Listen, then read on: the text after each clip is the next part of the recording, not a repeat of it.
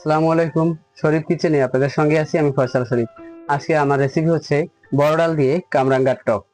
1 cup ডাল আমি প্রথমে ধুয়ে নেব। এখন বড় ডালগুলোকে একটা কারি কুকারের মধ্যে সেদ্ধ করে নেব। কারি কুকারে দিয়ে দেব পানি। কারি কুকারে দিয়ে দেব সামান্য হলুদ গুঁড়া, সামান্য লবণ। এখন ঢাকনা দিয়ে কারেন্টে বসিয়ে দেব। কামরাঙ্গার টক রান্না করার জন্য আমি কামরাঙ্গা ধুয়ে রেখেছিলাম। এখন বোটা কেটে সাইডগুলো এরকমের করে কেটে নেব। প্রতিটা কামরাঙ্গার পাশ এরকমের একটু হালকা করে কেটে নেব। এখন কামরাঙ্গাগুলোকে আমি সুন্দর একটা সাইজ দিয়ে কেটে নেব।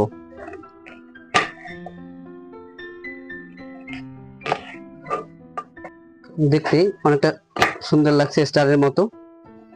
দেখতে ভালো লাগলে খেতেও মন চায়। প্রথমে পাতলা পাতলা করে কামরাঙ্গাগুলো কেমন করে কেটে নেব। একইভাবে সবগুলো কামরাঙ্গা আমি কেটে নেব।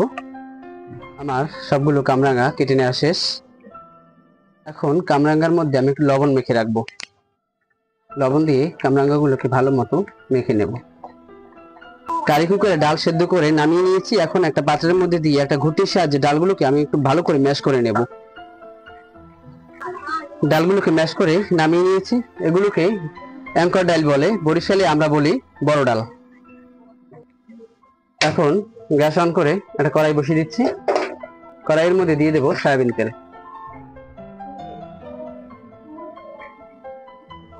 এখন গরম তেলের মধ্যে দিয়ে দেব তেজপাতা, দারুচিনি, আর দিয়ে দেব 1 চা চামচ পাঁচফোড়ন। গরম তেলে এখন দিয়ে দেব পেঁয়াজ কুচি, রসুন কুচি, একটু বাদামি করে ভেজে নেব সব। এখন তেলের ভিতরে দিয়ে দেব শুকনো মরিচ। আমি শুকনো মরিচগুলোকে একটু কুচি করে কেটে দেব। আমি শুকনো মরিচ কম দিয়েছি, পরে আমি বোম্বাই মরিচ দেব।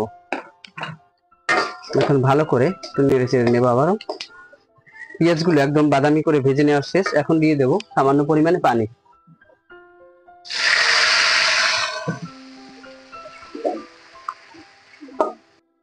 এখন দেব হলুদ গুঁড়া। হলুদ গুঁড়ো দিয়ে আবারও একটু ভালো করে ভুনে নেব। হলুদের কাঁচা গন্ধ চলে যাওয়ার পরে আমি কামরাঙ্গাগুলো এর মধ্যে দিয়ে দেব। এখন কামরাঙ্গাগুলো এর মধ্যে দিয়ে দিচ্ছি। কামরাঙ্গাগুলো মশলার সাথে ভালো করে একটু ভেজে নেব। এখন কামরাঙ্গার টকটাকে ব্যালেন্স করার জন্য দিয়ে দেব 1 চা চামচ চিনি। চিনি দিয়ে আবারও ভালো করে নেড়ে চেড়ে দেব। এখন দিয়ে দেব ম্যাশ করা ডালগুলোকে।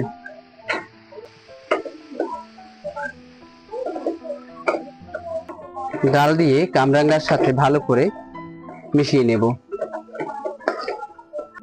এখন দিয়ে দেব পরিমাণ মতো পানি।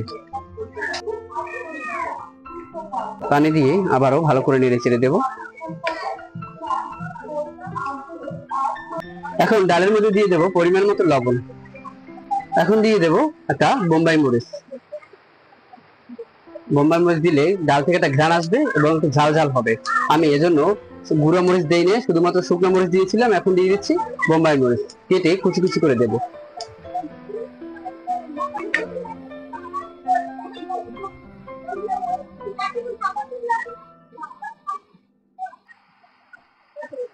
রান্না শেষ।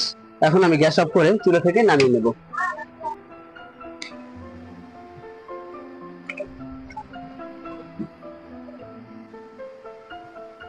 আমার অ্যাঙ্কর ডাল দিয়ে কামরাঙ্গার টক সম্পূর্ণ প্রস্তুত। এতক্ষণ সঙ্গে থাকার জন্য আপনাদের সকলকে ধন্যবাদ। পরবর্তীতে নতুন কোনো রেসিপি নিয়ে দেখা হবে। সে পর্যন্ত সবাই ভালো থাকবেন। আল্লাহ হাফেজ।